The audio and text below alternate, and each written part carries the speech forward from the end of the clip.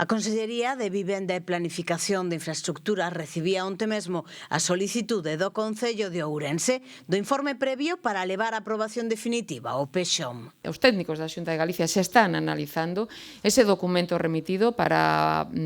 tramitalo o máis pronto posible, de modo que o que haxa que requerir se requira, o que haxa que subsanar se subsane, se poida emitir ese informe previo á aprobación definitiva do PEXOM, pois sabemos da necesidade que ten Ourense, da necesidade que ten calquera cidade de dispoñer dun documento xurídico que lle dé esa seguridade para poder construir.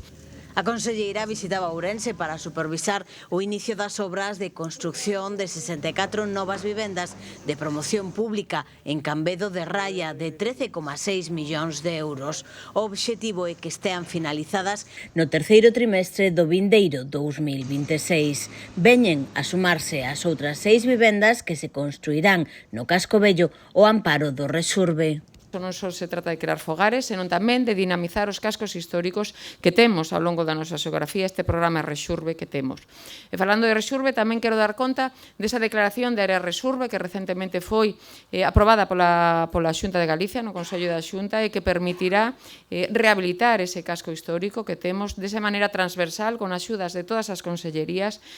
con ese plan de dinamización que deberá aprobar o Concello, ese centro Rexurbe para axudar en materia de personal tamén.